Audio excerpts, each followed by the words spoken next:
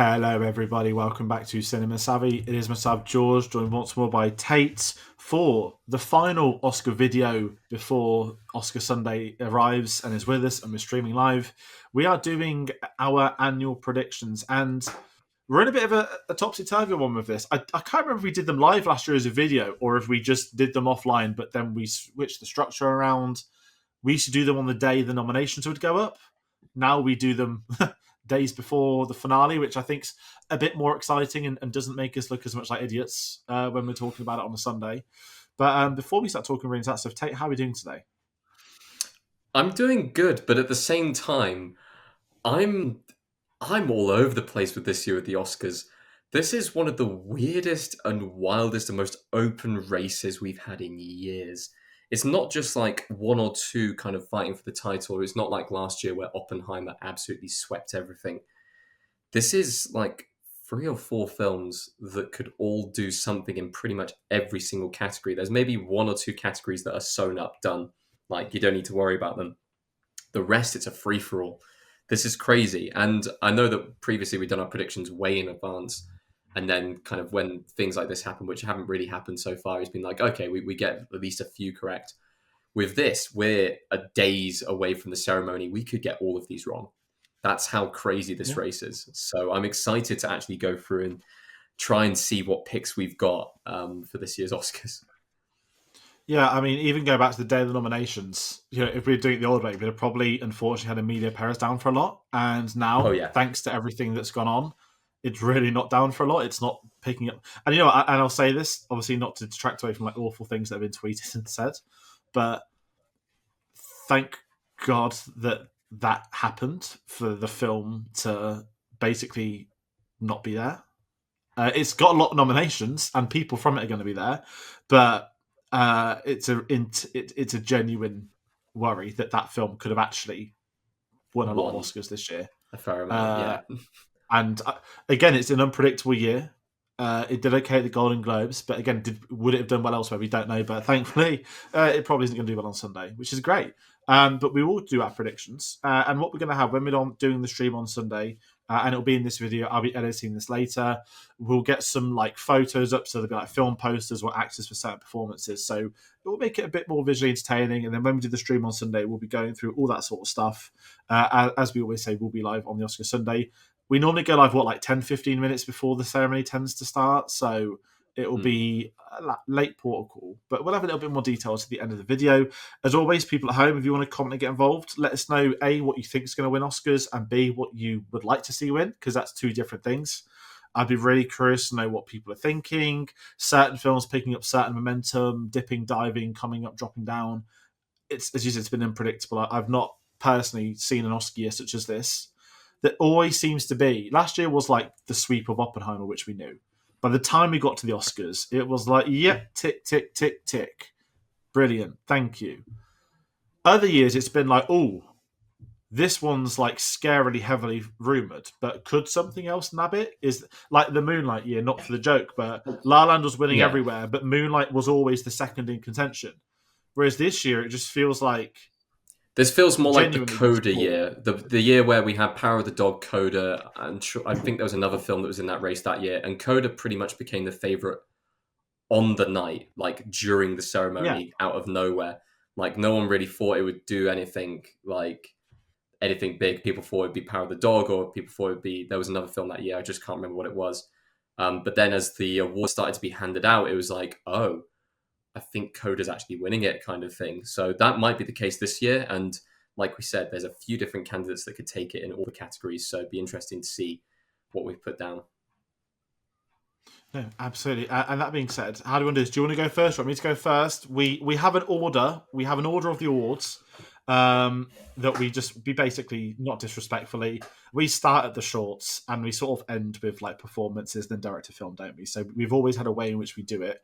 But do you want to do first? And for people watching at home, this year, as I said, same as last year, we used to do a first choice, second choice. Given that again back then we were doing it on nominations day, with it being so close, we're not going to do a second choice. We've just got one sole prediction we're making. Every ceremony's been and gone now. We've got one ceremony left. Then award season is done for the year.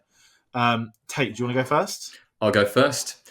So My best live action short film I'm picking is The Man Who Could Not Remain Silent. I'm also picking The Man Who Could Not Remain Silent. With all of these It's going to be a lot. categories, Thing is, I was going to say, I tend to go for the titles I enjoy the most, and that's incredibly disrespectful. Unless there's like something outright like the year with Kobe Bryant doing the John Williams short yeah. animated. I was like, yeah, like Kobe Bryant's going to win an Oscar. And I'm in the same boat. Unless there's something I've heard a lot about, I just tend to go with the ones I enjoy. I tend to do a little bit of research and just see kind of the synopsises of them and stuff like that and see how they've done in other awards a little bit. But most of the time, even they're wrong predictions and they're all completely like, especially with the kind of short films. I don't have time to watch all of the short films and go through all those. I barely have enough time to watch all of the main kind of candidates, especially I'm Still Here, which, is nowhere to be seen. So, best animated short film, Beautiful Men. I've got Wonder to Wonder for mine. Wonder. I keep saying Wonder. It's not. It's Wonder to Wonder. Wonder. But WA to WO Wonders. Yeah, it's a great title. It's frustrating one to say out loud. I don't know if Americans are going to do it differently. Next one. I'm completing the short film ones with best documentary short, The Only Girl in the Orchestra. Okay. I've gone for I Am Ready, Warden. Sounds very threatening. I was tempted on that one. Was that the one where it's like, I am not a robot? I was very tempted to go for that one. That's there, but we've got another robot film, haven't we? Exactly. It could exactly. kick in.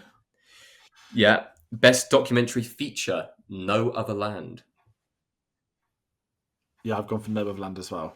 Can I just add that Superman not being nominated was a disgrace? Yes, and also the Will Ferrell and it won the BAFTA documentary thing.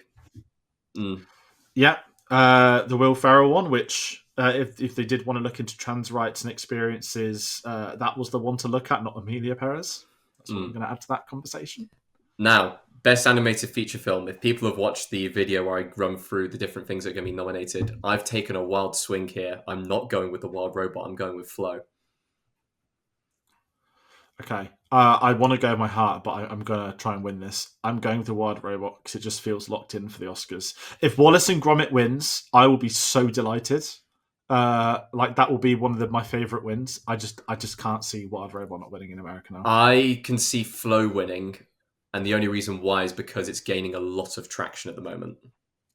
Momentum. It's gaining a lot of momentum. They've named the cat, haven't they? I didn't see that they named the cat. I don't want them to name the cat. They're calling the cat Flo. The cat's called Flo. Of course, the cat's called Flo. Makes sense. Yeah. Best international feature film. I'm Still Here. It's not going to be Emilia Perez. I've gone for I'm Still Here. Still not showing here. I'm going for it. I think if Emilia Perez is winning more than one, it's this, but I don't think they're going to even touch this anymore. I think purely out of the fact that people who have seen the controversy surrounding Emilia Perez, I'm Still Here basically becomes a protest vote. But actually, from the reviews that I've seen so far of I'm Still Here, I mean, it wasn't a hard competition, but it seems like actually it deserves to be in the best picture kind of talk. And a lot of people are saying it's probably one of the strongest out of the films from Best Picture. It's just not being talked about for Best Picture as much. I know it's in there, but it's not like one of the front runners or anything like that. Yeah. But yeah, no, I've gone for it for international feature. I think that the momentum has absolutely swung. Best makeup and hairstyling, The Substance. Same. It's actually, you know what? It's one of my favourite categories this year because there's actually like some. Any other year, Nosferatu wins. Any other year, The Substance wins. Any other year, maybe next year. Any other year, Suicide Squad would win. So we're far removed from that. Over Star Trek? I know. Madness. Best costume design, Wicked. Yeah, I've gone for Wicked as well. I think it's going to pick up a couple. But that's actually the only thing I've got Wicked winning because I'm taking another wild swing. Best production design, The Brutalist. Okay, I'm going for Wicked for production design. I would like to see The Brutalist win it, especially with it being a film about architecture. but I think Wicked's going to take a couple of technicals, and I'm not going to get into next year, but I think Wicked will be heavily involved in next year's Oscars on the disclaimer that Wicked Part 2 is as well The received as Part 1. difficulty is Wicked. The second half of Wicked the musical is not as strong as the first half. It's just not. So, yeah, it will be interesting to see how they adapt it and whether they make any changes. But the second half is far, far worse than the first. It's not bad. It's just there's a big drop off in quality. It's different, isn't it? It's very different. Best visual effects has to be Dune Part 2. Come on, like. Yeah, I've got Dune. I'm annoyed I haven't got it down for It's more. the only one. It seems like releasing it in March, it worked financially. It needed to come out. It's not about winning awards, but it's very much that. If it had come out in December, it would be for a lot more like a certain other big film with a green person in. And now they've obviously officially announced Dune Part 3 is shooting this summer. Part of me thinks they're going to... I'm not just predicting it for the sake of it, but I think they're going to be doing a Lord of the Rings type. Not 13 Oscar sweeps, but I think Dune Part 3 is going to be the one where they just waltz everything. Possibly. Very possibly. Best Original Song, which actually this year they're not doing as part of the ceremony, and I'm kind of glad. El Mal from Emilia Perez. Okay. I have not put Emilia Perez. I think it's going to win, but I'm throwing something else in the mix. So, do you know about the Diane Warren memes? No, I don't know. She's been nominated for an Oscar 16 times for, I think, Best Song, and she's still never won. And she's on this like Meryl Streep vibe of just being nominated every year. I think because of the Emilia Perez drama, Dan Warren's going to win. And the song in which this is for is The Journey from the 6 888. I haven't seen the 6 888. I haven't even listened to the song. I just think if they're going to do it, Emilia Perez has opened the door to take everything but one award. But I can still see Emilia Perez. I can see Emilia Perez winning this purely because it goes with Zoe Saldana's performance, and she's a lock-in. So that's why I see this song winning. So that's my thing. Anyway, best original score, The Brutalist. Brutalist, phenomenal score too for me. Loved it. Really, really well put together. They even did like a little kind of they did a thing on A24's Instagram, which was talking about how they built the score, kind of using various different machinery and stuff like that, using it with kind of the orchestral vibe, and just I loved it. Absolutely loved it. Best sound, Dune 2. Yeah, I've gone for Dune Part 2 as well, and unfortunately they're the only technicals they're going to win, which is a massive shame.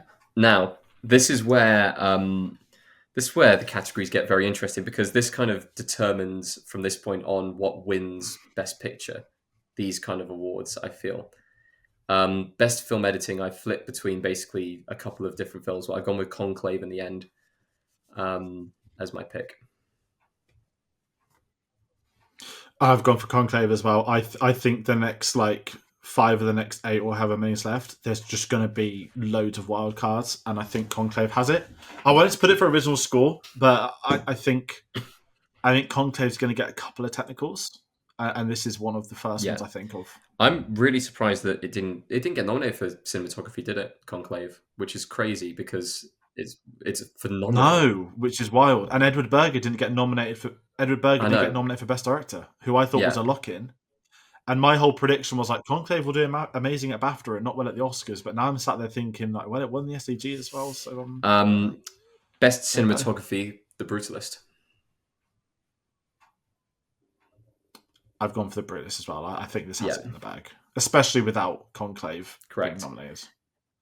I love the fact Nosferatu's there, but Nosferatu's wins are getting nominations in a nice way. Best original screenplay, Anora.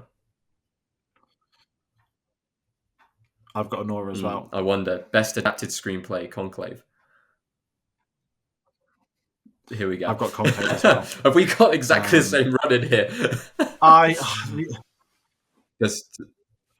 don't think we're going to have the same We're going to have two Yeah. identical ones, right? I mean, we've got Yeah, so supporting it's for Claire Saldana and locked, aren't Kieran they? Culkin. So best supporting actress, Zoe Saldana, and then best supporting Yeah, actor Kieran Culkin. They've been locked in for every single award going, so same here. that's yeah. But they've won everything under the sun for that. Yeah, I'm with you. Best actress, The next ones are tricky. That's why I put them as the best thumbnail. actress. I'm going Demi Moore. I've too gone for Demi Moore. I think Mikey Madison winning the BAFTA was the biggest shock. Mm, And I love that shock because I do think she was the best last year. But I think as Oscars, and it's not detracting from Demi Moore's performance, the narrative around the comeback is greater than the narrative around the yeah, kids.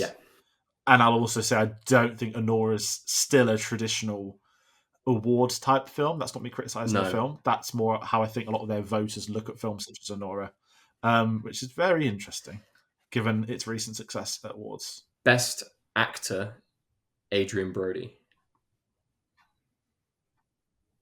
I've gone for Brody as well. Have you seen the stat, by the way? No, I haven't. No. If Brody Yeah, wins, he retains his record as the youngest Best Picture winner. Sorry, Best Actor winner. yeah. Because if Timothy Chalamet wins, Timothy Chalamet would break Adrian Brody's youngest lead actor Oh, winner. It's like a weird football stat in Oscar season. yeah, Not that they're playing against each other like football, but it's very. I thought a few months ago Ray Fiennes would win it, but even after seeing Brutalist, I don't think it's comparable. And I love Timothy Chalamet in a um, complete unknown. A Complete Unknown, but it's The so. Brutus is such a good How do film. you say it? It's yeah, and like Timothy Chalamet had to learn how to sing, to play the guitar, to do this, to do that, and I'm with him on all that. It's so much better than your Freddie Mercury's. Sorry, not Freddie Mercury. You know what I mean, the Rami Malek's. But I think Brody's got it. His was so good in that film. It's a very different film, but the SAGs I think have opened it up from being the Brody sweep because Timothy Chalamet was a big surprise for me to win that. But I'm Yeah. still sticking with Brody. Now, best director. I've gone Sean Baker, and I don't agree with Sean Baker. I just think he's going to win it. It's one of those where, I've gone for Sean mm, Baker because I don't think he's won this anywhere else. Yet in the last 2 weeks, I've seen more momentum with Anora than anywhere else. And I have seen I thought Brady Corbett was a yeah, lock in on the night of BAFTAs, like onwards. And the momentum around Anora has completely shifted in the last 2 3 weeks. And I wouldn't even say it's momentum for Anora. And I'm not saying the Brits have dropped off, but like Conclave came in and won Best Picture. And I'm not saying it's split a vote of sorts, but I think because there's so many different films in the pipeline, it's not. There's nothing offensive that's going to split a vote right on the median. I think everyone's going to have interchangeable like mm, 1 to 4s on this, and I think that's that. I know that's more to win best film, but I think that's going to have a knock on for director. And I've got Sean Baker winning because I don't think he's going to pick up bar yeah, screenplay. The other, he's up for editing as well, isn't he? And I know that. Oh God, what's her name? Who did Nomadland? yeah, Chloe Zhao. Did she win yeah. three She out of did. Yeah, four? She was the same as him, 4 nominations, but had 3 wins. So I'm curious to know what happens with Sean Baker. But I could see him winning Best Director. I do think the Best Director wasn't yeah, nominated this year, yeah. so I I'm can still a agree bit with pissed that. off with Denis Villeneuve. But not even Edward Berger No, really caught me off and guard for this one. this is where we get into best film. Now, I've had 3 different films written in here over the last 2 or 3 days, and it's flicked. It's flicked between them. There's one which I think should win. I'm gonna talk through my process here. There's one which I think should win, which is The Brutalist, but I don't think it's going to win because it's a great American epic. It's fantastic acting. It's well directed. I think it's going to pick up in the cinematography category. It's going to pick up in the acting categories. It's going to pick up in the score category. It's the whole package. You then have Anora, which is the traditional Oscar. If you win the best director, you kind of win best film, and that tends to be the case in a lot of cases. It's very rare that you don't have that happen, but I don't think it's going to win on the night, even though it's got that momentum. I think Conclave is winning it, and it's my pick purely out of the fact that we know how Oscar voting works. You list up 1 to 10 what your favorite is, what your least favorite is, and out of those, Conclave is like the Yeah. easy pick, the easy option to average the best. I don't think it's the best film out of them. I think the other two films are probably better. I really want The Brutalist to win on the night, but I think Conclave is going to win it.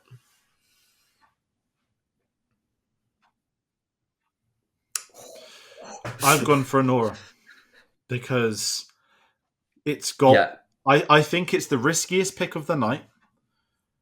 I think there's again the Mikey Madison winning the BAFTA was strange because I thought Anora would do much better in America than it did here, and I've seen Anora picking up more and more ceremonies elsewhere, but it hasn't picked up the big ones.